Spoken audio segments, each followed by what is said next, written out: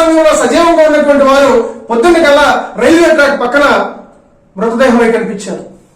ఇది హత్య కాక ఇంకేమైనా ఉందా అని చెప్పేసి ఈరోజు సూటిగా చరిత్ర ఎక్కడ చెరిగిపోలేదు. చరిత్ర చూసుకుంటే ఆనాడు పరిపాలకుల యొక్క దౌర్జన్యం, దుర్మార్గం, హిందుత్వవాదాన్ని అణచివేసే తనం కేవలం ఈ బలిదానాలకు ఒక ఉదాహరణగా ఈరోజు చెప్పుకోవాల్సినటువంటి పరిస్థితి ఉంది.